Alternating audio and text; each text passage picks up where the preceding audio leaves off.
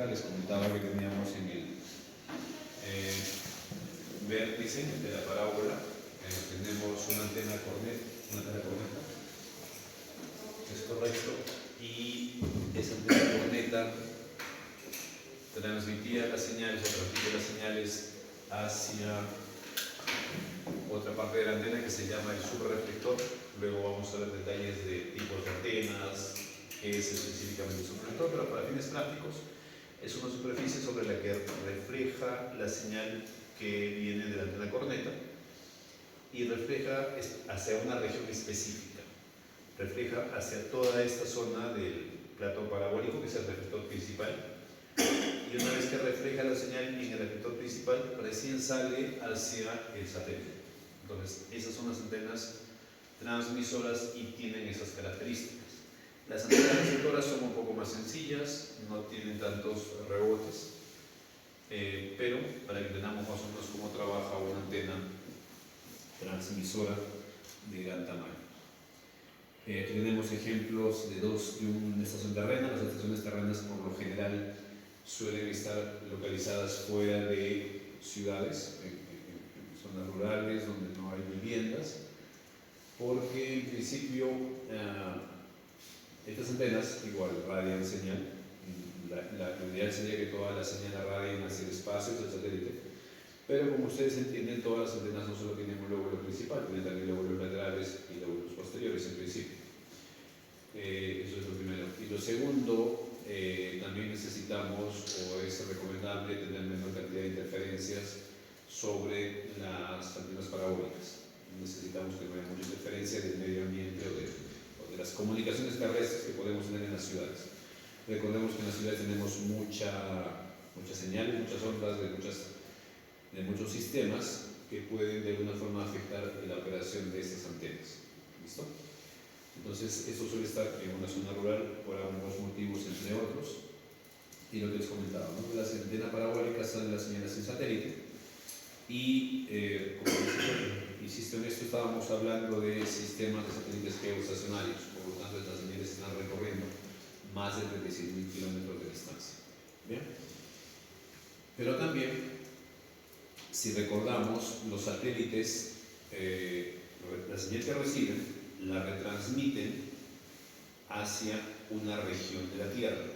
Y dentro de esa región de la Tierra se encuentra la misma zona de la estación terrena, en la mayor parte de los casos.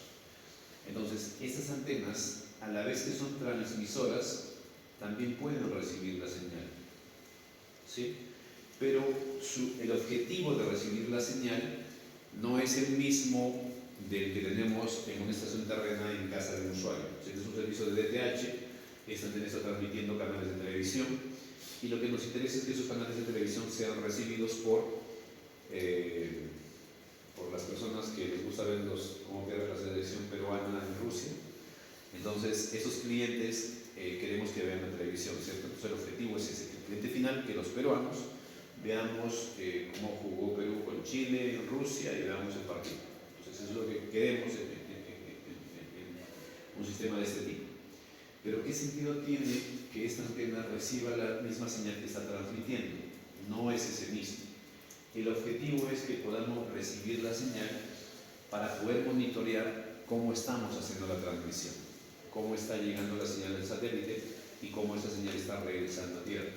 Ahora, ese satélite, si bien es un satélite geoestacionario, estacionario con respecto a la Tierra, eso ya lo tenemos todos bien identificado, pero entendiendo que la Tierra nuevamente no es una esfera perfecta, entendiendo que tenemos, justo la semana pasada, una tormenta solar muy fuerte, entre martes y miércoles, una tormenta solar bastante fuerte, y los riesgos que decían era que podía interferir nuevamente con los sistemas satelitales principalmente, y mayormente por la hora en la que llegaban las ondas del Sol o el efecto del Sol, pues iba a afectar más a Europa y a África. ¿Listo? Entonces, pero al menos no he escuchado, no he visto algún detalle muy fuerte un efecto fuerte de esta tormenta solar. Lo que sí estuve escuchando, voy a indagar un poco más de eso, si ustedes pueden tener una mirada también, que hace unos 4 años algo de más de 50 satélites de la flota de Starlink se vieron afectados y creo que salieron de órbita o dejaron de funcionar por una tormenta solar similar. ¿Listo? Entonces, esas tormentas solares pueden también afectar la ubicación de los satélites, la posición de los satélites. Y en el caso de los geoestacionarios, pues también pueden afectarlos. Entonces, considerando que la Tierra tiene una esfera perfecta, considerando que tenemos vientos solares, considerando que también hay otros efectos que pueden, no sé, la Luna también puede tener un efecto sobre la posición de los satélites, esos satélites no están pues exactamente en una posición precisa todo el tiempo. Pueden y se mueven del punto del que los lanzamos. ¿Listo? Y tienen permitido desplazarse dentro de un espacio designado en el espacio donde están ubicados. Y más o menos es un espacio de unos 70 kilómetros por 60 kilómetros por 40 kilómetros. Imagínense una figura más o menos de ese tamaño. Entonces, dentro de ese espacio pueden moverse los satélites. Y por lo general están moviéndose más o menos en una forma de 8. O sea, empiezan a moverse, suben, bajan y están en esa posición, más o menos moviéndose permanentemente así. ¿Listo? Entonces, ¿qué sucede con estos satélites? Pues cuando están en movimiento, esta antena, la antena pues si no se mueve para nada, la antena está apuntando directamente hacia este punto. Entonces, cuando hicimos el apuntamiento de la antena hacia el satélite, pues está apuntando y el satélite está recibiendo la máxima potencia posible. Eso es lo que hicimos en el momento de apuntar la antena. Pero luego de unas horas, el satélite empezó a moverse y ya no está en este lugar, ahora está en este otro lugar. Ligeramente, échenle unos 20 kilómetros de su ubicación original. Entonces, ¿qué sucede? La antena está apuntando aquí, lo que le está llegando al satélite no es específicamente toda la potencia que tiene el óvulo principal, está ligeramente en un costado. Entonces, por lo tanto, lo que el satélite va a retransmitir hacia Tierra no va a ser tampoco la máxima potencia, es una menor cantidad de potencia. Entonces, eso es lo que determinamos con la señal que recibe esta antena. Esta antena internamente en la sala de equipos, que está más allá, aquí por ejemplo, está conectada a un equipo que mide la potencia que está recibiendo del satélite. Entonces, estamos midiendo qué potencia recibimos. Entonces, en primera instancia, en el primer momento que hicimos el apuntamiento de la antena, pues lo que vamos a tener, digamos en este caso, en este caso tenemos esta portadora de aquí, la portadora que está bien definida. Tenemos esa portadora y en un analizador de espectro o en un medidor, en un controlador de la antena, estamos monitoreando, estamos midiendo y viendo también en un analizador de espectros que la portadora tiene estas características y estamos midiendo su potencia. Pero al moverse el satélite, lo que ha sucedido es que la portadora baja y tiene ahora esta forma, tiene una menor potencia. Entonces, lo que hacemos en esos equipos de monitoreo, en equipo de tracking se llama, hay un sistema, es el tracking de la antena parabólica, que permite que la antena pueda moverse en elevación, incrementar o decrementar su elevación y también moverse en azimut. Recuerden que la elevación es movimiento vertical y el azimut es el movimiento horizontal. Entonces puede moverse ligeramente hacia la derecha, ligeramente hacia la izquierda en azimut y también en elevación. Entonces para esos dos movimientos tenemos servomotores que permiten que la antena pueda moverse. Entonces, lo que hacemos es determinar dos límites de tolerancia dentro de los cuales debe estar la potencia que recibimos del satélite en esa antena parabólica.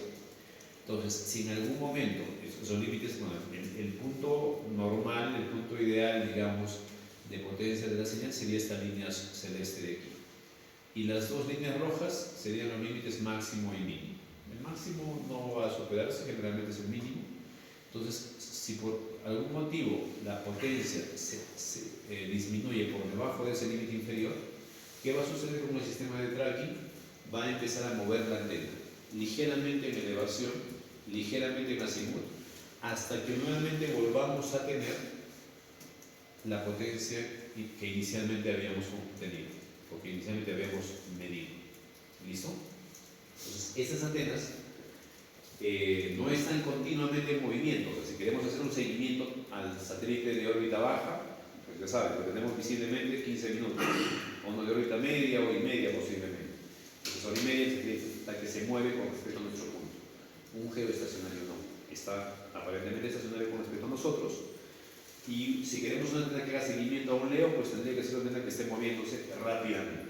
¿Listo? Eso no sucede aquí. Estas antenas están mayormente fijas y cada cierta cantidad de horas que se disminuye la potencia de la cortadora por debajo del límite que hemos marcado, la antena se mueve ligeramente, 1 grado, 2 grados en elevación, 1 grado, 2 grados en azimut, y otra vez volvemos a conseguir la potencia deseada.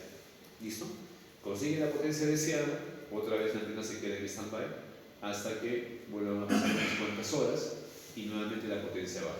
Otra vez se activa la antena, consigue la máxima potencia, se queda en stand-by, nuevamente hasta la siguiente disminución de la potencia.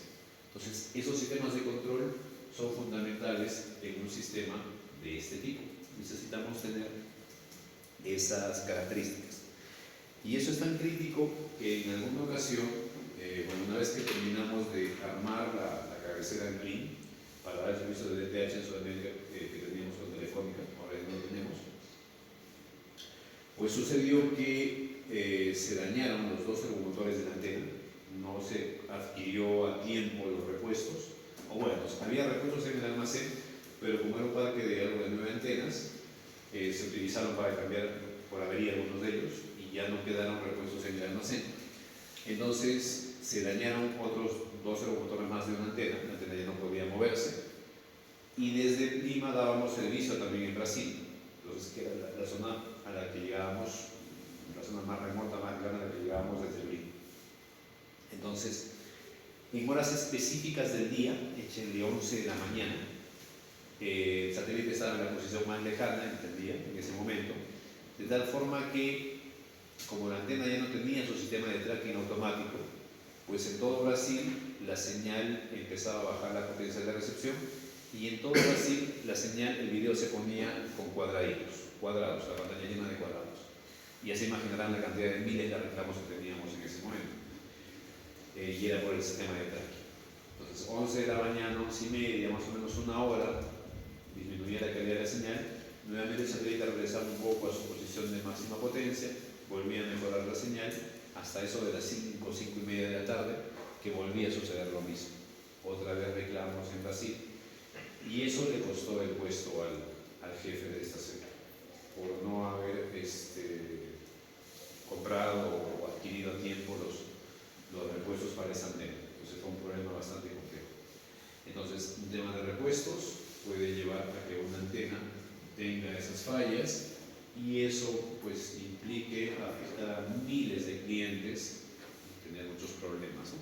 Entonces, esos son sistemas pues, que no pueden fallar o debes tener en todo caso los recursos para poder reemplazar en caso de falla. ¿Listo? ¿Les quedó claro la operación de esto e incluso el ejemplo que les acabo de comentar? ¿Sí? Seguimos entonces. ¿No? Entonces, aquí tenemos una foto más cercana de una antena transmisora. Esta es una antena de 9 metros. No, esto es un poco más de 12. Entonces, vemos que es una estructura bastante compleja, tenemos bastantes soportes. Lo que buscamos es que este plato tenga una forma parabólica casi perfecta. Casi perfecta. Armar una de estas antenas es, pues podría ser un arte, pero es una ingeniería avanzada. La construcción incluso es mucho más avanzada para que pueda tener esa forma casi perfecta. Porque de esa forma, mientras más perfecta sea la antena parabólica, pues mejor va a ser la ganancia, mejor va a ser la directividad de la antena. ¿Listo? Entonces, esos parámetros determinan la calidad y el costo de la antena. Cuando veía cómo armaban las antenas, se las compramos a una empresa que se llama Vertex, de Estados Unidos. Pues la persona que instalaba las antenas en Perú, pues en Perú no había gente que instale estas antenas, se contrató el servicio de instalación de armado también de antena parabólica de la misma empresa. Y el ingeniero que vino, pues era muy interesante, ¿no? Porque la base de la antena, pues cada pétalo llegaba por separado, amarraba en una caja, luego armaban la antena y cada pétalo lo sujetaban a los soportes con tornillos.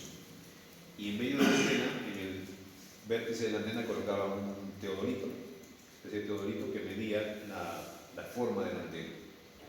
Y este señor, este ingeniero, pues regulaba hasta por cantidad de vueltas de los tornillos para mantener la forma casi perfecta de la antena. Una vuelta más del tornillo a la derecha, una más a la izquierda, para que mantenga esa forma casi perfecta. ¿Listo? Entonces, armar estas antenas también no es muy sencillo, es complejo, pero uno también es cuestión de práctica, ¿no? Para esos dos detalles, en función de qué tan perfecta sea la parábola, es mayor o menor la ganancia y la directividad de la antena.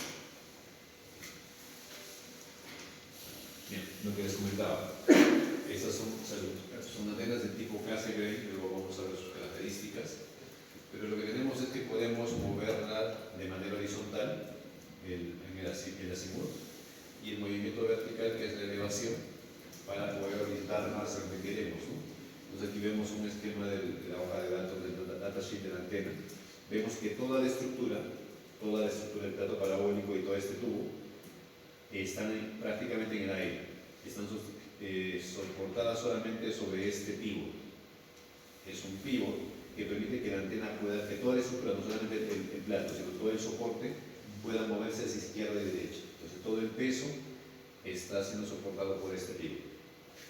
Entonces, y aquí tenemos un servomotor, es el motor de azimut, ¿no?, que permite que se mueva izquierda y derecha.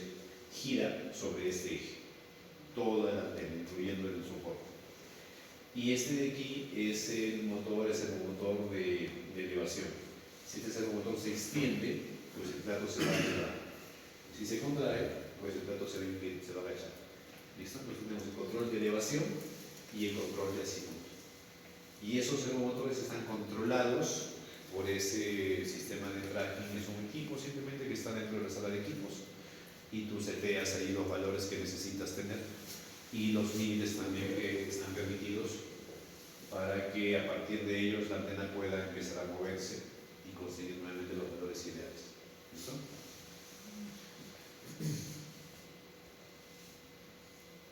De aquí lo vemos de otra forma, la antena parabólica, ¿no? Tenemos la antena corneta, todo esto es una guía de onda, las señales inciden sobre el subreflector, de aquí sobre el plato principal, el reflector primario, y hacia el espacio, ¿no? Y aquí nuevamente vemos el movimiento de azimut y el movimiento de elevación.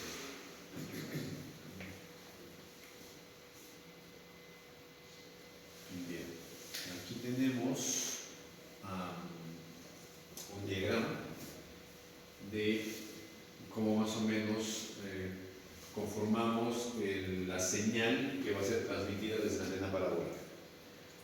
Hablábamos de que en el diagrama de bloques de la estación terrena transmisora teníamos los encoders que enviaban el flujo de unos y ceros al modulador. El modulador enviaba las señales estas hacia los up converters, pero les decía que esos up converters están dentro del mismo chasis que el HPA, y de los HPAs recién enviamos las señales a la parabólica. Entonces tenemos los moduladores, los up converters y el HPA en esta parte de aquí, y luego la antena. Pero no transmitimos por la antena parabólica la señal que nos entrega un único modulador, sino entregamos las señales de varios moduladores. En este caso estoy poniendo 5 moduladores y cada uno de ellos me genera una de esas diferentes portadoras que les mostraba en una de las clases pasadas. Les mostraba las imágenes de una de los espectros que tenía un grupo de 6 portadoras y otro grupo de 5 portadoras. Entonces, ese grupo de portadoras se conforma a partir de un combinador, que no es más que otra cosa que un multiplexor en frecuencia. ¿Sí? A cada portadora, a cada señal le asigna una frecuencia y en su salida tenemos la combinación de esas diferentes portadoras. Entonces, por ejemplo, lo que estoy colocando aquí es que tenemos que el modulador 1 nos entrega una portadora, bueno, imaginemos todas son de 36 MHz de ancho de banda, pero cada una tiene una frecuencia central diferente. Si recordamos, las portadoras tienen un determinado ancho de banda, tienen una frecuencia central, una frecuencia inicial y una frecuencia final. ¿Listo? Entonces, Cada una de estas tiene una diferente frecuencia. Una frecuencia central 1, frecuencia central 2, frecuencia central 3, 4 y 5. Entonces están en diferentes frecuencias. Entonces todas ingresan a este combinador y a la salida del combinador tenemos en un único cable las 5 portadoras ya multiplexadas, ya combinadas, una a continuación de la otra. Ese paquete de portadoras, ese grupo de portadoras, lo suelo ingresar a un divisor, donde entra una señal y salen 3, la misma señal la tengo en 3 puertos, un puerto principal por donde sale la mayor parte de la potencia, y luego 2 puntos donde sale una porción de la potencia. Esa porción de la potencia me sirve para monitorear, son los puntos de prueba. En este caso tengo 2 puntos de prueba. En uno podría conectar un analizador de espectros para ver la potencia, la forma de las portadoras, si están bien o no. Y en el otro punto de prueba podría colocar, no sé, un decodificador que demodule y decodifique las señales para ver si lo que estoy enviando aquí, luego del proceso de modulación, del proceso de combinación, está saliendo en buen estado. Entonces aquí podría colocar un decodificador y esperen, ¿se puede colocar un decodificador? Sí, podría colocar un decodificador. Porque si recordemos, aquí tengo frecuencia intermedia, estoy sobre 1 a 2 GHz. ¿Listo? Recordamos eso, que todavía no estoy en alta frecuencia, estamos en banda E.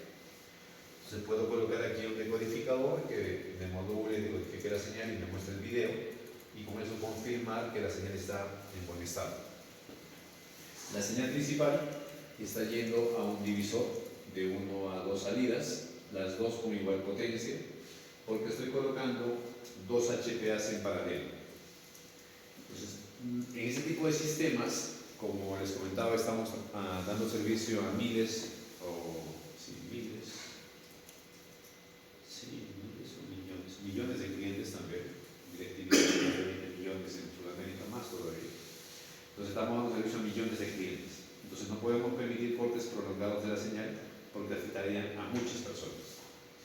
Entonces un HPA, también les mencionaba otro dato, son equipos que amplifican la señal, pero todavía estamos utilizando tubos.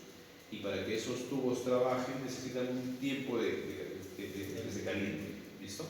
Entonces, ese tipo de calentamiento podría ser de repente que el HPA, una vez prendido, pues llegue a su punto óptimo de operación luego de 5 minutos. Entonces, si yo tuviese el HPA, solo un HPA, y el otro HPA lo tengo en el almacén, cuando se dañe y aparte no es fácil cambiar un HPA, está conectado con guías de ON y varios temas, si voy a optar por tener solo un HPA y el otro tenerlo de repuesto en el almacén, pues mientras que detecte el problema, mientras que vayamos al almacén, traigamos el HPA, subamos el HPA a su ubicación, retiremos el que está allí, lo cambiemos, lo prendamos, pues pasó incluso horas de repente. Entonces, un corte de ese tipo no podemos manejar. ¿Listo? Entonces, por eso que tenemos en operación 2 HPAs. Ahora, podríamos decir, el HPA2 digámoslo apagado para ahorrar energía, para cuidar del equipo y que no se dañe también, no esté teniendo por gusto. Podríamos optar por eso, pero eso también tiene sus problemas. Primero, si tengo apagado el HPA2, pues ¿qué podría pasar? Que esos equipos por lo general pueden trabajar unos 10 años. ¿Listo? Entonces el HPA1 falla de cada 4 años, entonces voy a encender el HPA2 y resulta que no prende. ¿Listo? Tengo esa obligación. Y segundo, que encender el HPA2 podría demandarme, encender el equipo le digo unos 5 minutos, pero entre que el operador vaya al lugar, se desplaza el sitio, tal vez una media hora más o menos, 20 minutos entre que suba, baje y lo prenda. Entonces son tiempos igual prolongados, tampoco podemos tolerar eso.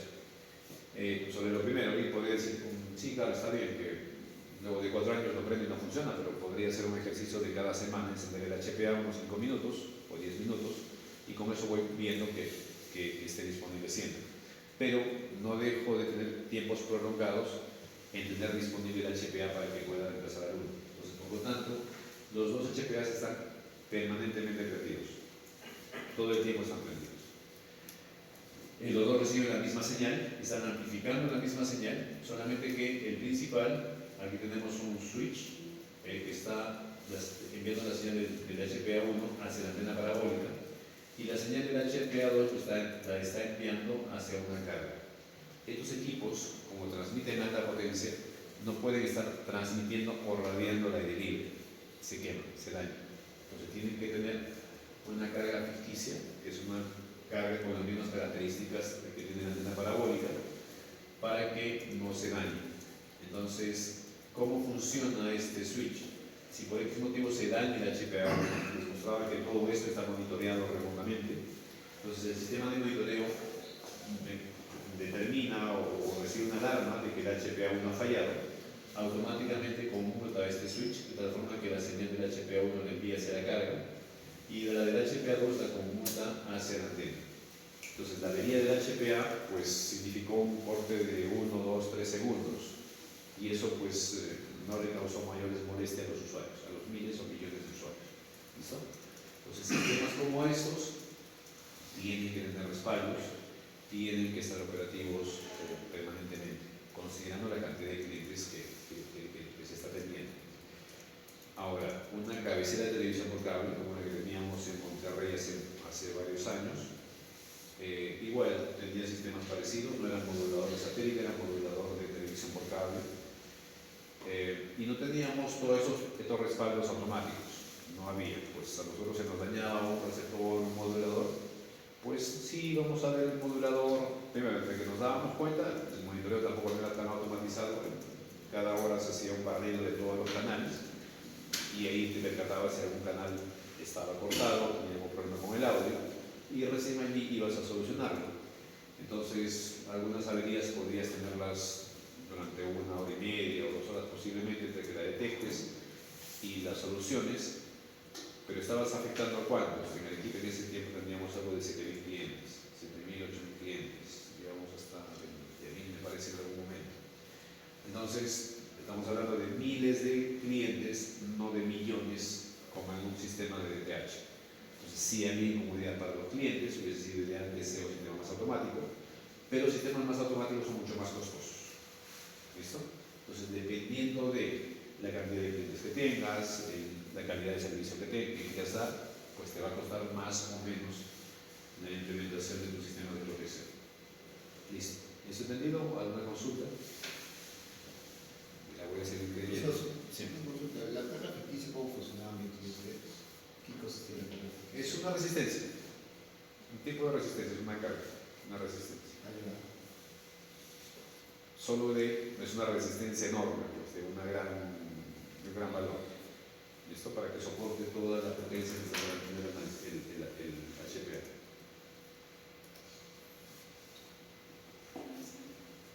Sí.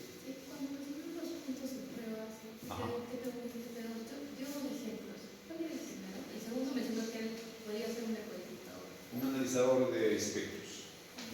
Para lo que les mostraba las imágenes verdes del otro día, yo puedo ver las portadoras. O sea, yo podría ver esto en este punto. Coloco el analizador de redes y voy a ver esas portadoras que les mostraba en la fotografía del analizador de espectros. Incluso, y el televisor puede salir, digamos, si la empresa operadora puede transmitir por cable. ¿Perdón? El divisor puede sacar otro para, digamos, vender servicio por cable también. No. De este punto no, porque recordemos que estamos, hay que tener algunas diferencias. Cuando estamos hablando de una red de televisión por satélite, estamos hablando de banda C, banda KU, banda K. Esto, si es para DTH, es banda KU, no es banda C. Entonces todo ese sistema estaría trabajando en banda C. Esta frecuencia intermedia que generan los moduladores es banda M, entre 1000 y entre 1 y 2 GHz. ¿Listo? Entonces, ¿cómo trabaja una red de televisión por cable?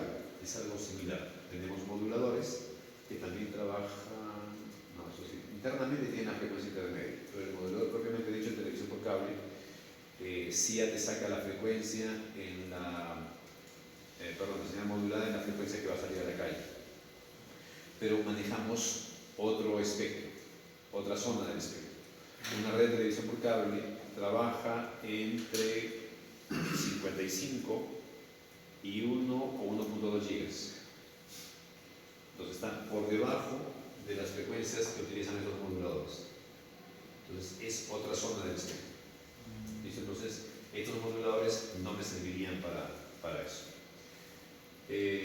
Segundo, el tema de los anchos de banda. Estos moduladores sacan estas portadoras en anchos de banda de 36 MHz, que es el ancho de banda que utilizamos en los transportes de satélite, en los canales de satélite. Los canales de televisión por cable son de 6 MHz. O sea, son similares, pero no son compatibles. 36 MHz con 6 MHz, totalmente diferente, frecuencias totalmente diferentes, y adicionalmente el tema de la modulación. Las modulaciones que usamos en televisión por satélite son diferentes a las de televisión por cable. Si hablamos de televisión por satélite, estamos hablando de, les decía, 8 PSK, por ejemplo, en la actualidad. En televisión por cable, televisión digital, estamos hablando de 64 QAM o 256 QAM. Entonces también son modulaciones diferentes. Ahora, se puede utilizar parte de un sistema de televisión para dar televisión por satélite, para dar televisión por cable. Pues sí, en la etapa previa a esta. En la etapa previa a los moduladores tengo los encoders. Aunque tampoco. Desde la serie de los ecos. No, de los codificadores. Los codificadores sí, porque es un flujo de unos y ceros y está cumpliendo. Yo les decía, si quiero tener una señal de video que está en formato SD, es un flujo de 260 megabits por segundo. Lo ingreso a un encoder, ese encoder comprime la señal y me saca un flujo de 1 o 2 megabits por segundo. Ese flujo de 1 o 2 megabits por segundo, pues es el mismo para televisión por cable, para televisión por satélite, para darlo incluso a través de internet. ¿Listo? Entonces la salida del modulador sí me podría servir para alimentar una red de este tipo o una red de televisión por cable. Sí, pero ya una vez que modulo, pues no, son señales con características diferentes.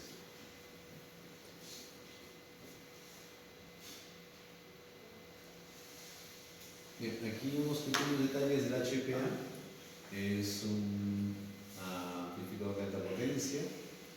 Es de etapa final de amplificación, antes de que sea emitida mediante una antena parabólica. Y pueden ser de dos tipos, los principales para los sistemas que hemos estado viendo, del tipo Klystron y del tipo TWT. Esos son del tipo de tubos, si desean pueden indagar un poco más, pero también tenemos amplificadores del tipo de estado sólido. Estas son imágenes de dos HPAs de la misma potencia, de 750 vatios del tipo TWTA. Son amplificadores de media potencia. Y también hay amplificadores del tipo Klystron, que son más grandes y de más potencia. Cuando tomé estas fotos, lo máximo que teníamos era de 2.45 kilowatts. Entonces lo que sé hacer aquí es coger esta dirección,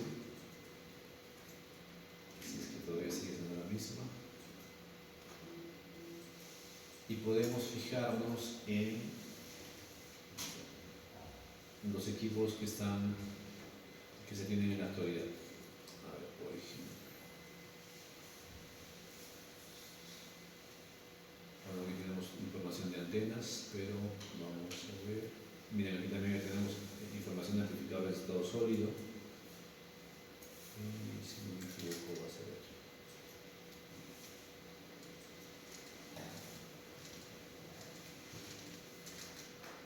Entonces acá nos indican amplificadores o HPAs del tipo de Klystron.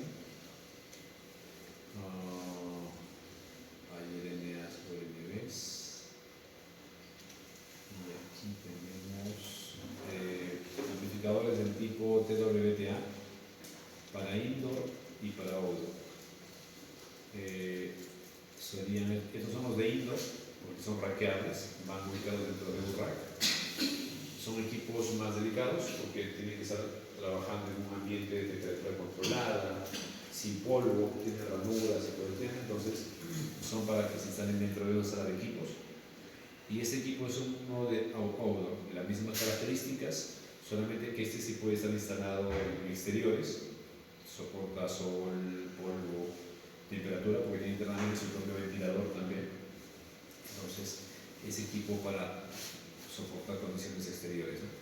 Entonces, a eso se refiere con la parte que indica aquí de indoor y outdoor. Entonces, vamos a ver, por ejemplo,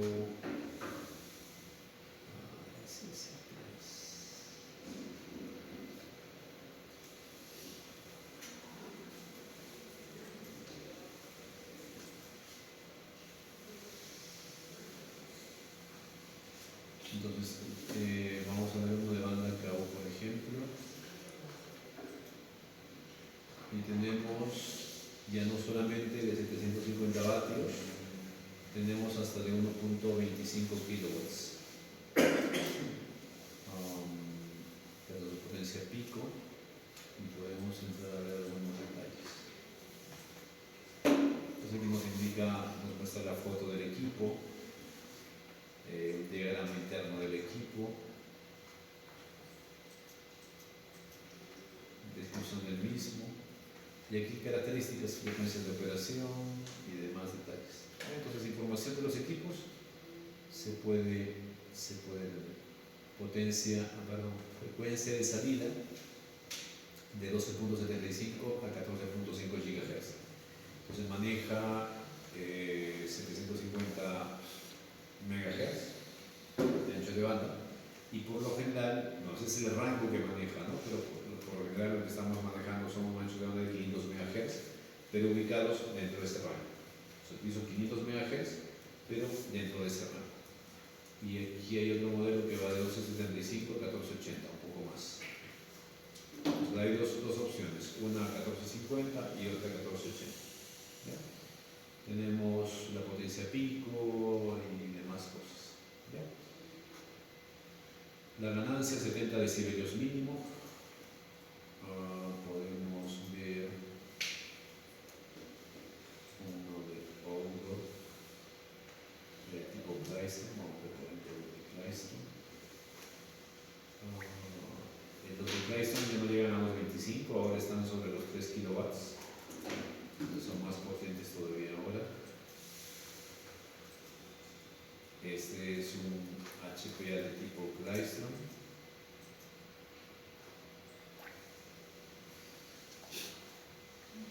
Y este trabaja de 1375 a 1450. También otro rango aquí. Y la ganancia de 77 decibelios mínimo. De 70 llega hasta 77. Así pues uno tiene que utilizar estas hojas de especificaciones para entenderlas y a partir de eso comparar con otros equipos, valorar precios y escoger el HPA que va a emplear. ¿Listo? Seguimos entonces.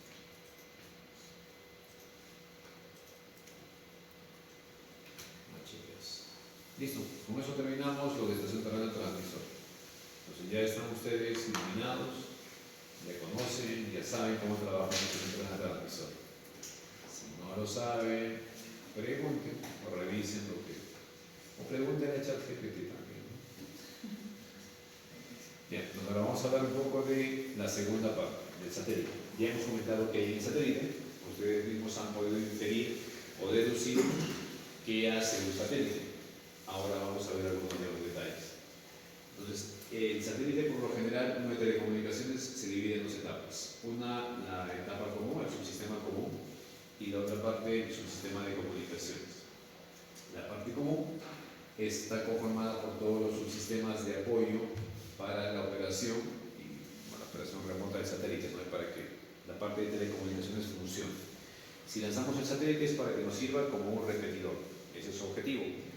Y para eso necesitamos o tenemos los transponders. Pero para que esos transponders funcionen, pues necesitamos toda la parte del subsistema común. En resumen, el subsistema de comunicaciones está conformado por los transponders, que es lo que nos va a servir para retransmitir las señales, pero para que estos puedan operar necesitamos el subsistema común, que está conformado por el sistema de telemetría y comando para que el operador del satélite, el dueño del satélite pueda controlarlo, el control de posición, como les comentaba, ya hablábamos en algunas sesiones de que estos satélites tienen combustible y propulsores para mantener su posición. Cuando el satélite se mueve o sale de la zona de control, pues se encienden los propulsores para regresarlo a esa zona de control. Y están los sistemas de energía para alimentar pues, todo lo que necesita el sistema de comunicaciones. Ese sistema de energía pues, está conformado por los paneles solares, baterías y demás. Pues eso podemos verlo gráficamente aquí. Todo lo que vemos de aquí hacia arriba es el sistema, subsistema de control, y lo de aquí abajo es el sistema de telecomunicaciones. Entonces vemos los paneles solares. Esos paneles solares cargan baterías. Esas baterías dan energía a la fuente de poder, que se encarga de alimentar los subsistemas de telemetría y control para el control del satélite, los subsistemas de plataforma para controlar todo lo demás del satélite. Recordemos que estos satélites están sometidos a altas temperaturas y a muy bajas temperaturas también, porque están fuera de la atmósfera, y en esas zonas pues las temperaturas varían bastante, mucho más que en tierra. Entonces tiene que controlar todo eso. Y a partir de esos sistemas pues tenemos la opción de colocar y tener operativos los transponders. Y los transponders son los repetidores de comunicaciones, que decíamos que hacen qué cosa. Reciben la señal de tierra, amplifican la señal de tierra que vamos a transmitir, le cambian la frecuencia, la filtran, la amplifican y la vuelven a transmitir. Eso habíamos conversado el otro día, de qué es lo que hacía un satélite. Entonces toda esa parte que comentábamos es parte del subsistema de comunicaciones, que funciona y existe gracias al subsistema común. ¿Listo? Ahora vamos a ver un poquito más de detalle de qué es lo que tenemos en el subsistema de comunicaciones. Entre este y el siguiente diagrama vamos a entender qué es lo que diré. Aquí hay algunas cosas que no están en el otro y vamos a complicar un poquito el tema con el otro diagrama, pero empecemos por este. En principio, ¿qué tenemos? Recepción de señales de tierra. De tierra estamos enviando la señal al satélite. Esas señales son recibidas por una antena parabólica. Esa antena parabólica, 1 metro de diámetro, 1,40 m, dependiendo de qué banda esté trabajando, pero echemos en promedio una antena de 1 metro de diámetro. Recibe las señales y todo lo que incide sobre el plato de la antena refleja en el foco de la parábola. En el foco de la parábola tengo, igual en este caso, una antena corneta por la que ingresa la señal y luego es conducida a través de una guía de onda hasta un switch. ¿Qué es lo que hace este switch? Este switch lo que hace es separar las portadoras. Si recordamos en el diagrama que acabamos de ver, teníamos varios moduladores, juntábamos las señales y teníamos un grupo de 5 portadores. Esas 5 portadores están ingresando aquí. Entonces lo que hago en este lugar es separarlas, para que por cada guía de onda de estas vaya cada portadora de manera independiente. Separo las portadoras. ¿Por qué? Porque luego tengo que hacer varias operaciones con ellas. En este caso, lo que estoy haciendo es, aquí tengo un down converter. Llega la señal en alta frecuencia. En este down converter estoy generando una frecuencia específica y debajo de la frecuencia a frecuencia intermedia otra vez, banda E. Entonces de banda KU bajo la frecuencia a banda L. Aquí tengo una señal de banda L, envío la señal a otro up converter. En este up converter, esta señal de banda L la estoy cambiando ya a la frecuencia de bajada. Entonces aquí subió en 14 GHz, aquí es donde estoy generando la señal en 12 GHz para transmitir hacia tierra, si hablamos de banda KU. Entonces aquí tengo ya la señal en banda de 12 GHz. Una vez que esté en la banda de 12 GHz, la amplifico la potencia. Las demás señales que se separaron aquí, las demás portadoras siguieron una ruta similar y aquí nuevamente las vuelvo a combinar, pero ya en frecuencias de alrededor de 12 GHz. Aquí estaban en frecuencias de 14, aquí están en frecuencias de 12. Nuevamente las combino en un multiplexor o combinador, va por otra guía de onda, hace una antena corneta, hace una antena parabólica y la transmito hacia tierra. ¿Listo? Entonces tenemos la recepción, la conversión de frecuencia, la amplificación Bueno, la parte de filtrado está por ahí en medio, nos trae el diagrama, y la transmisión a central. Eso es lo que hacemos en un transporte. ¿Listo?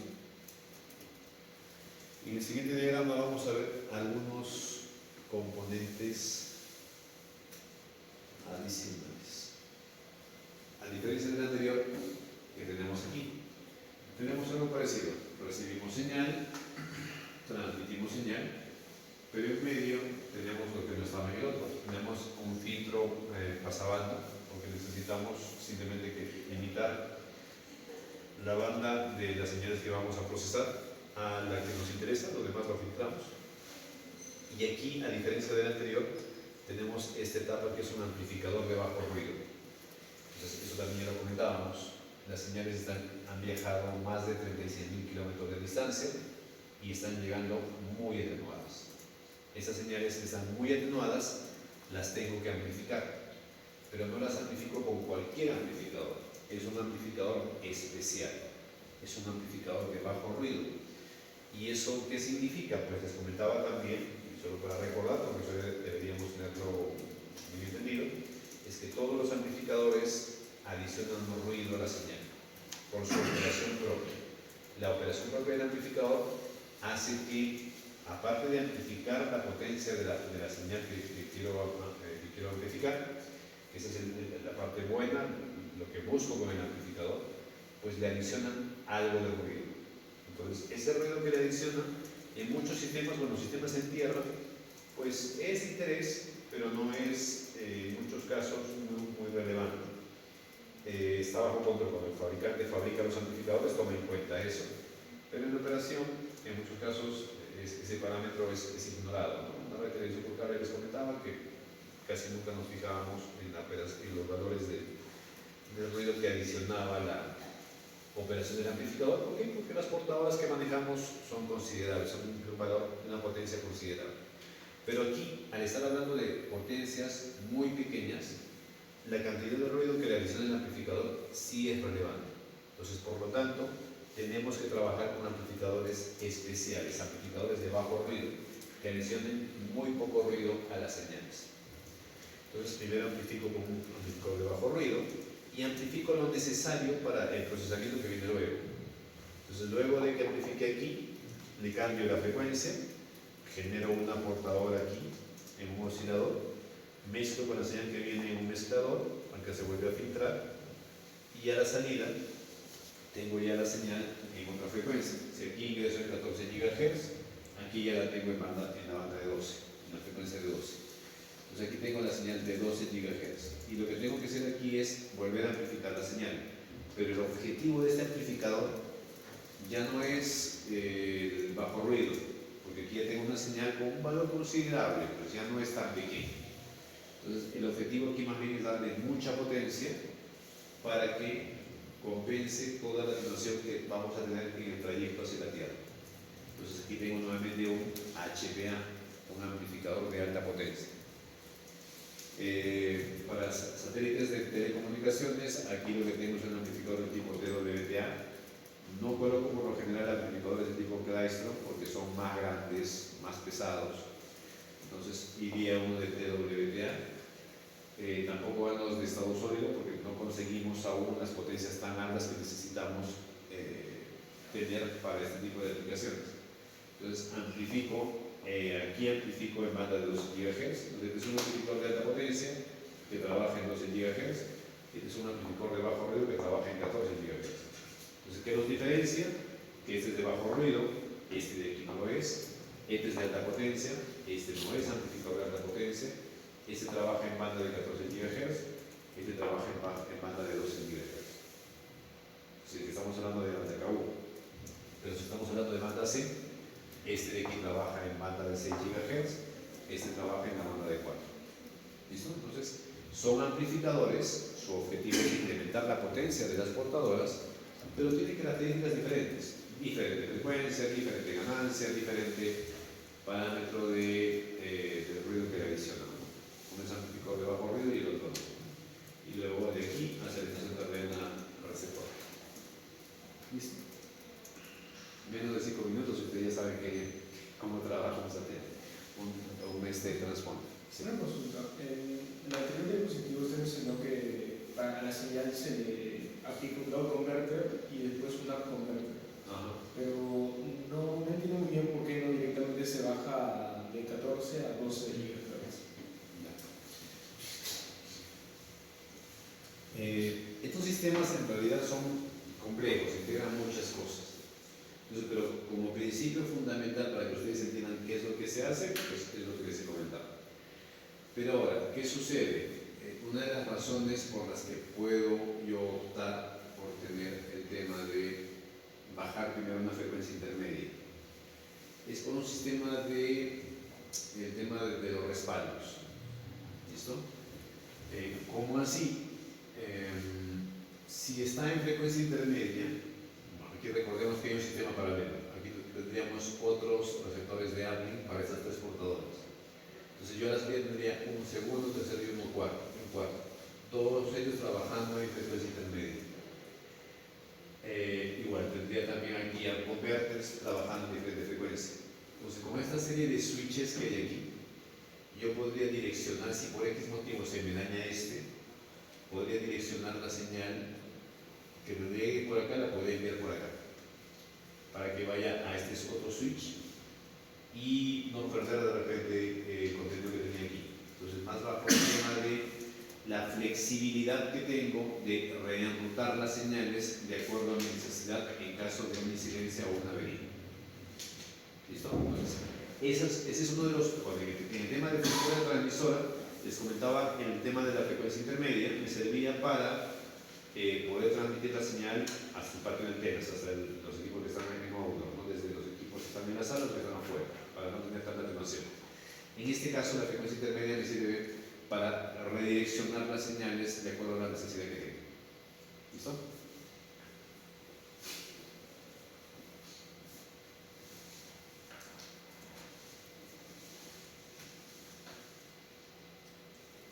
Y aquí igual la explicación de lo que les he contado. Y aquí la referencia de los de estado sólido, ¿no?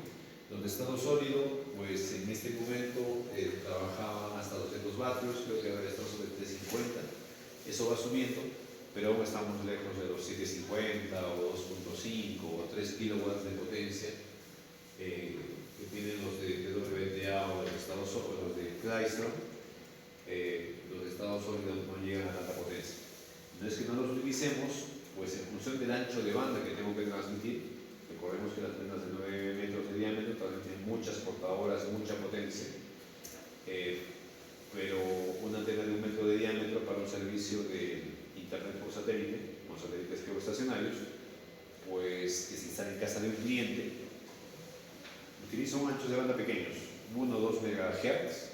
Por ahí envío suficiente cantidad de información, entonces ahí puedo utilizar amplificadores de estado sólido, y ahí utilizo amplificadores de estado sólido, y ahí sí uso sin mayor problema, ¿no?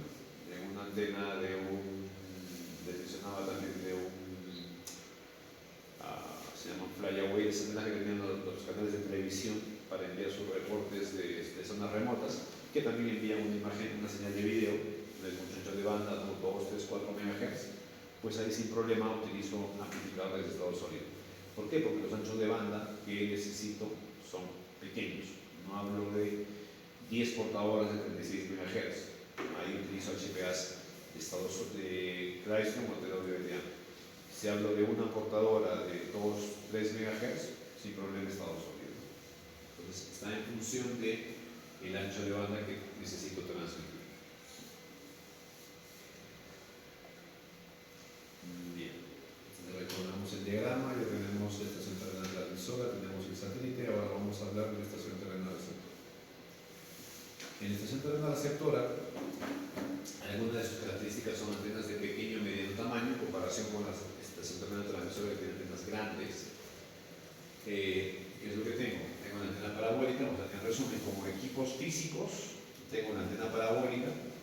Esta antena parabólica, el foco de la parábola tiene instalado un NMD, que es un bloque de bajo ruido, low noise block.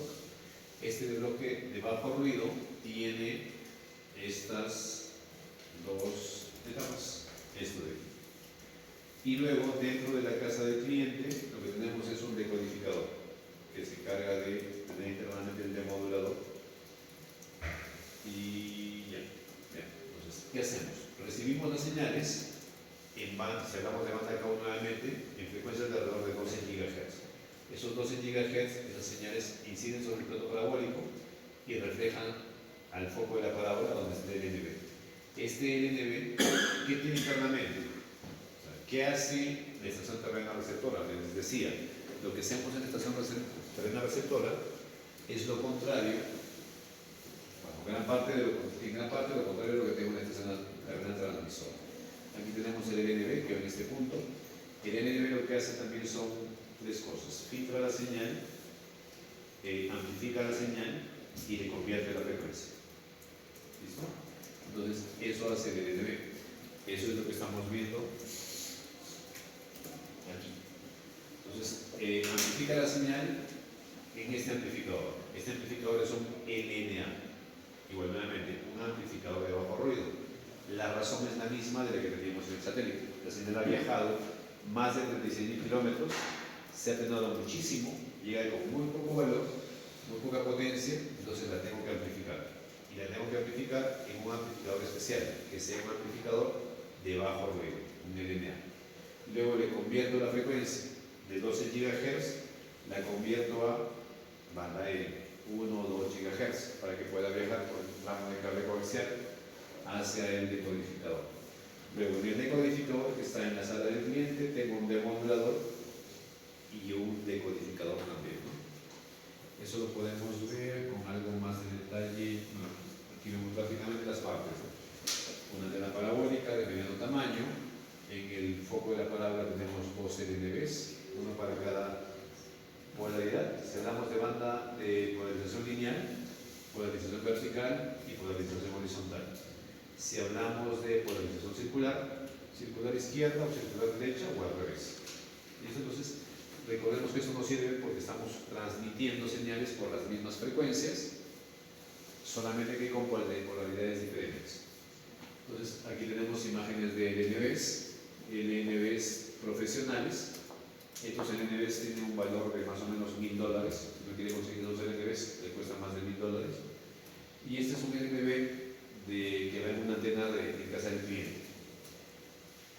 Entonces, para una antena de este tipo, yo necesito, como les digo, insisto, dos LNBs, uno para cada polaridad. Son de este tipo, entonces ahí tengo más o menos unos $2.000 en LNBs nada más. Este LNB de aquí hace lo mismo que hacen esos dos. Es de plástico y cuesta unos $6. O sea, con $6 hago más de lo que hago con dos de 2.000. Entonces, ¿por qué? Porque estos dos de aquí no deben fallar, me deben durar 10 años, entonces la confiabilidad es muchísimo mayor. El de aquí, si falla, bueno, si fallan esos, el efecto son todos los millones de clientes que están contratando el servicio de DTH. Si falla este, el afectado es el cliente que lo utiliza en su casa, ¿no? Su antena para que él vea la señal. Este es un LNB de plástico. Verdad, les voy a traer LNBs. Yo creo que no sé, el jueves tengo LNBs, tengo algunas cosas para traerles que puedan ver. Esto es de plástico. Estos son pesados, son cajas metálicas que, pues, en principio es la jaula de Faraday, ¿no? Para evitar que ingresen señales del exterior dentro del equipo y que interfieran con el procesamiento interno. Entonces son cajas metálicas, antilluvia, que también es antilluvia porque es para exteriores. Luego el tema de la estabilidad. La portadora les mencionaba que tiene una frecuencia intermedia. Entonces, cuando estos hacen la conversión, sus osciladores son precisos, más o menos 10 kHz de diferencia.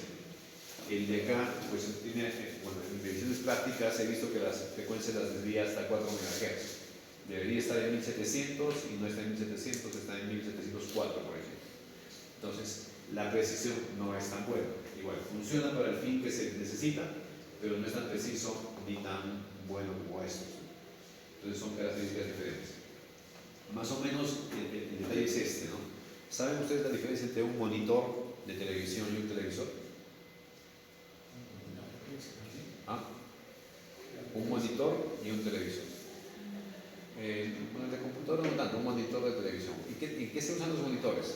Los monitores se usan, digamos, oficialmente en videovigilancia. Para una sala de videovigilancia debería usarse un monitor. O tal vez en hospitales donde tienes pantallas para monitorear los sistemas vitales de las personas. O en una sala de monitoreo de video, por ejemplo, en general. Entonces, ¿cuál es la diferencia? Que esos monitores están fabricados para estar prendidos todo el día, porque están de alguna forma controlando sistemas críticos o algo por el estilo. Entonces son equipos que son fabricados para trabajar y estar prendidos todo el día, toda la semana, todo el año. Están preparados para soportar ese ritmo de uso. Un televisor no. El televisor ha sido fabricado para trabajar 2 horas en la mañana, 1 hora a mediodía, 4 horas en la noche. Entonces ya está apagado una parte del día. Y para tener una duración de, no sé, unos 2, 3, 4, 5 años o más, depende del uso que le des. Y si falla el televisor, pues bueno, qué pena para el que lo compró, no pasa gran cosa, pero si un monitor falla y está en un hospital, pues alguien se puede morir incluso.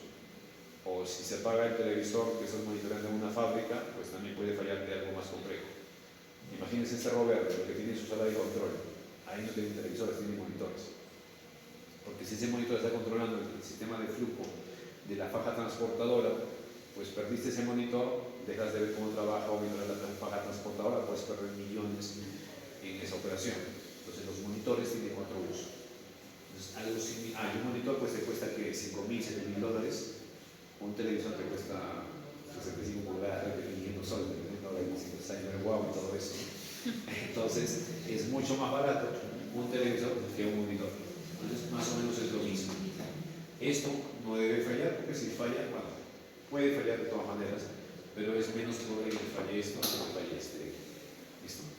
Esas son las diferencias. Y bueno, vamos a ver un ratito algo más detallado del NB. Pero en la estación terrena receptora podemos tener 2 tipos de antenas. Una que se llama de foco centrado y otras que son del tipo offset. Las de foco centrado, tenemos una foto aquí y un diagrama acá. Son antenas simétricas. O sea, tenemos el vértice de la parábola, si se acuerdan ustedes de su curso de geometría analítica, lo que hayan hecho, el vértice de la antena, y tengo la antena parabólica construida de manera simétrica hacia ambos lados, o sea, es el plato completo. Tenemos unos soportes aquí que están sosteniendo en esa parte, en el foco de la parábola, los LNBs. Entonces, estas tienen algunas ventajas y desventajas. Entonces, esas son sus características. La del tipo offset es algo más ligera, algo más sencilla, digamos, de alguna forma. Solo es un mástil, un plato y un único soporte que sostiene el LNB en esta posición. ¿Listo? Ahora, su diagrama más o menos sería esto: un plato parabólico, el brazo que estamos viendo allá, el LNB, y ahora viene la diferencia. La ventaja que tiene esta es que es más robusta. Es más robusta, el viento no la va a mover mucho, es más estable, pero su desventaja es que tiene algunas zonas de la antena que evitan que las señales lleguen a donde debe ir. ¿A qué me refiero? Lo que buscamos en esta antena es que las señales que vienen del satélite choquen en el plato y una vez que choquen en el plato reflejen y vayan a dar a este foco. Pero ¿qué sucede con las señales que chocan sobre esta zona? Se pierden. Chocan aquí y se van a otro lado. Y eso lo tengo mejor mostrado aquí. Aquí podemos ver. Lo que buscamos es esto: llega la señal, refleja en el foco, llega la señal, refleja en el foco, llega la señal, refleja en el foco. Pero todas las señales que chocan sobre la estructura que tenemos en este punto, pues se pierden y se pierden. Por lo tanto, se crea una zona de bloqueo, parte del plato que es inútil, no sirve, una zona de sombra. Entonces, esta parte no se utiliza, por lo tanto, estoy desperdiciando esta parte del plato y solo la ganancia me está siendo dada por esta porción y por esta porción de aquí. Entonces, por lo tanto, este tipo de antenas de foco centrado son menos eficientes que las otras. ¿Por qué? Porque en estas antenas, si nos damos cuenta, vemos en este diagrama estas 3 líneas, toda la señal llega desde el satélite, sin interferencias, choca con el plato y va a dar al foco de la parábola. Entonces no tengo ese problema de que esté chocando con la estructura del plato. Adicionalmente, les decía que aquí tengo 3 soportes. Todo lo que choque con esos soportes también se pierde. Aquí no, el soporte está fuera del trayecto de la señal que viene del satélite. Entonces, toda la señal llega al plato, todo se aprovecha y refleja en el foco. ¿Listo? Entonces, las del tipo offset son más eficientes. En general, la eficiencia de las antenas está sobre el 70% y de estas alrededor del 60%. Entonces, aquí hay menos eficiencia que en estas. Y si no me equivoco, es que lo habré puesto acá, el diagrama de las del tipo offset. Listo. Entonces, las antenas del tipo offset también son antenas parabólicas, solamente que en el caso anterior tengo el plato parabólico completo. Imagínense que esta línea de aquí completa es una antena de foco centrado. El vértice de la parábola estaría aquí, el foco acá. Entonces, solamente que en lugar de construir todo el plato, construyo solamente esta porción. Entonces, las señales que están llegando de aquí chocan en esta porción y se van al foco. Si yo construiría todo el plato de la antena, pasaría lo mismo. Las señales que chocan acá también se perderían. Entonces, no estoy construyendo toda esta porción de aquí, me evito la zona de bloqueo, solamente construyo esta zona. Y lo que tengo que hacer es tener un brazo para que me sostenga el LTV en el foco. Ese brazo que vemos al costado, lo vemos aquí. Entonces, estamos usando solamente esta porción del plato y el trayecto que tenemos para las señales pues no tiene ninguna interferencia. Si lo vemos desde arriba, la antena de foco centrado sería esta, una antena grande de foco centrado, pero físicamente estoy construyendo solamente esta porción de aquí, incluso de una forma ovalada para que tenga algo más de resistencia. ¿Listo? Y eso es lo que implemento, y por eso la antena de foco, la antena del tipo offset tiene una forma ovoidal. ¿Bien? Entonces, eso es lo que tengo aquí. Por eso es que estas antenas tienen esta forma, tienen este soporte aquí, y las señales que vienen del satélite no tienen interferencia o algo que desvíe las señales y toda ella va a reflejar en el foco. Ahora, si es que es así, porque no todas las antenas son del tipo offset, ¿para qué necesito construir una de foco centrado? Pues lo que les decía, la ventaja de las de foco centrado es que son más robustas, más resistentes. Entonces, por lo general, en estaciones terrenas transmisoras, utilizo estas antenas. ¿Por qué? Porque lo que pierdo en eficiencia lo puedo compensar con un plato más grande. Entonces no me complica, tengo espacio, el costo no va a ser muy caro. Entonces simplemente lo que pierdo en eficiencia lo consigo con un plato más grande. ¿Bien? Pero estas, ¿dónde las utilizo? En casa del cliente. En casa del cliente necesito tener una antena pequeña, porque una antena más grande va a ser más molestosa, más cara. Entonces utilizo estas antenas en casa del cliente para un sistema de DTH. ¿Dónde también utilizo estas antenas? Pues en los satélites. En el satélite, recordemos que es un sistema con muchas limitaciones, desde el tema de lanzamiento. Mientras tengo una antena más grande, me va a costar más lanzarla, me va a costar más, porque va a ocupar más volumen, necesito tener un sistema más grande arriba. Entonces necesito arriba de razón tener un sistema más eficiente, equipos más eficientes. Entonces, como estos son más eficientes, las antenas del satélite son de foco de tipo offset. Su desventaja en tierra, pues es que son más endebles. Entonces, el viento y cosas por el estilo podría reducir su operación o sus características. Pero en el espacio no hay viento, no hay nada. O sea, si no la coloco en el techo de mi casa, y en el techo tengo el perrito se pone a jugar con la antena, se para en la antena, la puede doblar o desorientar un poco. Pero en el espacio, en el satélite no tengo ni viento, ni perrito, ni nada. Entonces, no hay ningún problema y estas antenas más eficientes se utilizan en satélites o en tierra, en casa de clientes.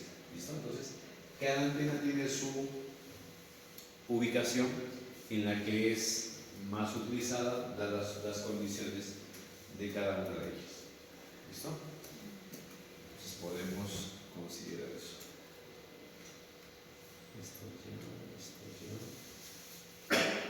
Y aquí una foto de la estación terrena de DirecTV como era hace unos años. Entonces, ¿qué podemos ver acá? Aquí podemos ver la sala de equipos bastante grande. Acá podemos identificar antenas de gran tamaño, estas dos, estas tres de aquí también, estas cuatro de aquí, estas aquí arriba son antenas transmisoras, son antenas de gran tamaño, 9 metros, posiblemente este aquí de 12. Toda la parte de aquí, antenas receptoras. Se reciben señales de varios satélites, se empaquetan y se transmiten hacia, por lo general, un único satélite para que el cliente lo reciba finalmente a su casa. Entonces, ¿para qué sirve un sistema de DTH? Recibe señales de Echen de 10, 15 satélites, hace un paquete de 600 canales y las transmiten hacia un único satélite, de tal forma que un cliente con una antena de 50 soles, 60 soles, una antena de 80 centímetros de diámetro, pueda recibir toda esa gran cantidad de canales que se ha armado en la cabecera. Entonces, ese es el negocio de un sistema de televisión por satélite del tipo DTH. Juntar señales en una cabecera costosísima, esta cabecera debe costar, no sé, 30, 40 millones de dólares. Entonces, todo lo que tú logras hacer en una cabecera de muchos millones de dólares para que lo pueda recibir una persona con una antenita y un decodificador de 120 soles. ¿Listo? Entonces, ese más o menos es el principio que se utiliza en sistemas como estos. Entonces, está en una zona rural, desértica, donde no hay personas, no hay muchas cosas. Y luego esto nos quedamos. Este es el LNB, y dentro del LNB que se instalado en el foco de la antena, pues lo primero que tenemos es un transductor. Por aquí viene la señal por una guía de onda, ingresa aquí y aquí es una señal eléctrica. ¿Listo? Que es una electromagnética que está viajando por aire y aquí la misma onda electromagnética que está viajando por un cable coaxial. Ingresa en primera etapa a un amplificador de bajo ruido. Otra vez, amplificador de bajo ruido porque esta señal tiene muy poca potencia. Necesito amplificarla y adicionarle poco ruido. Va a un filtro pasabanda. Del filtro pasabanda va a un convertidor de frecuencia que la pasa de banda KU o banda C a banda L. Una vez que la tengo en banda L, la vuelvo a amplificar para enviarla por el cable coaxial hasta el decodificador que esté en la sala del cliente.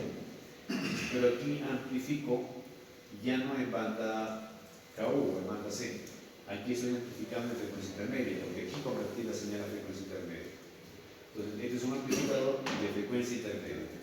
Entonces, en el LNB tengo dos tipos diferentes de amplificadores, cuyos objetivos también son, bueno, su objetivo es el mismo, amplificar señal, pero con diferentes características. Este es un amplificador de menor frecuencia que el de ya. El de ya trabaja, por ejemplo, en 12 GHz.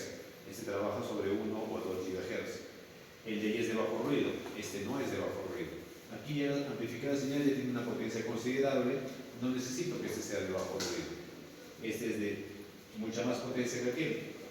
Tiene que amplificar lo necesario para compensar la atenuación del cable coaxial que va a llegar hasta el televisor del cliente. ¿Listo? Entonces, amplificadores de características diferentes. Algo similar a lo que teníamos en el satélite. Solo que este aquí es de frecuencia intermedia, en el satélite era de alta frecuencia, pero en el satélite tenía de aquí mucha mayor frecuencia que el de aquí. ¿Listo? Entonces es un tema similar, pero también tiene muchas otras diferencias. ¿Listo? ¿Alguna consulta? Pues, ¿cómo están las antenitas de los satélites? ¿Qué? Las antenas de los satélites, ¿cómo se llaman? Como las de offset. Sí, de ese tipo. Hay otro, voy a mejorar eso. Tenemos otra diapositiva luego donde tenemos características de antenas de satélite, tamaños, frecuencias. Solo que gracias a su pregunta voy a ponerle fotos. ¿Ya? Sí. No le escucho bien, disculpe.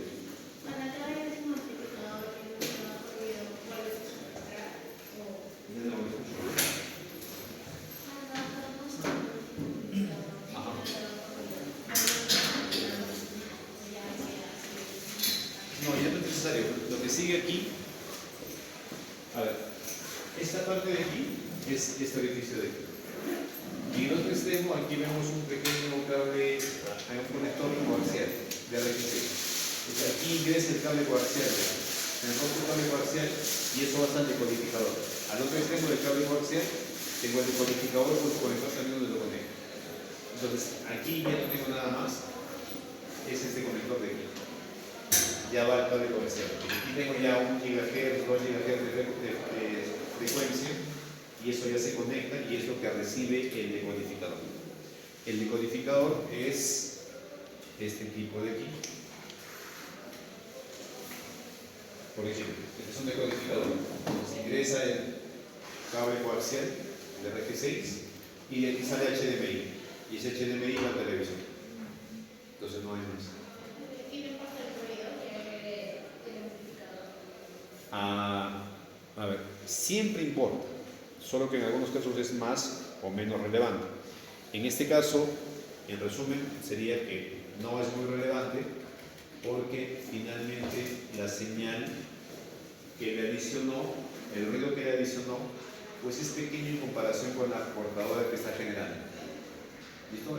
Luego vamos a ver un diagrama donde tenemos la portadora y el ruido. ¿Listo? Vamos más o menos a ver. Y ahí entra un parámetro. O sea, ¿cómo medimos eso? No sé si han escuchado hablar de CNR o el C sobre N. Carrier to noise, la relación carrier to noise. ¿Listo? Entonces lo que medimos en estos equipos es la relación portadora-ruido, el carrier to noise. La C es la potencia de la portadora y el N es la potencia del ruido en una frecuencia, en un ancho de banda específico. Entonces, si esa relación entre la portadora y el ruido es suficientemente grande, pues no hay mayor problema. Para este tipo de sistemas, un C sobre N de unos, no sé, de 12 decibelios estaría bien. Entonces, en la medida que yo cumpla eso, está perfecto. Pero aquí el tema es más crítico, porque la potencia de la portadora es muy pequeña. Son portadoras muy, muy pequeñas. Entonces, aquí sí necesito amplificadores de bajo ruido. ¿Listo? Aquí solo necesito amplificar para compensar la atenuación del cable coaxial que viene luego. Le eché unos 50 metros de cable coaxial. Entonces, esa atenuación es la que tengo que compensar. ¿Listo? Bueno. Gracias, nos vemos mañana. El jueves otro control. Profesor, ¿sería el capítulo 3 en este caso? Les aviso a ustedes, si ya tienen el capítulo 3. Sí, sí, sí.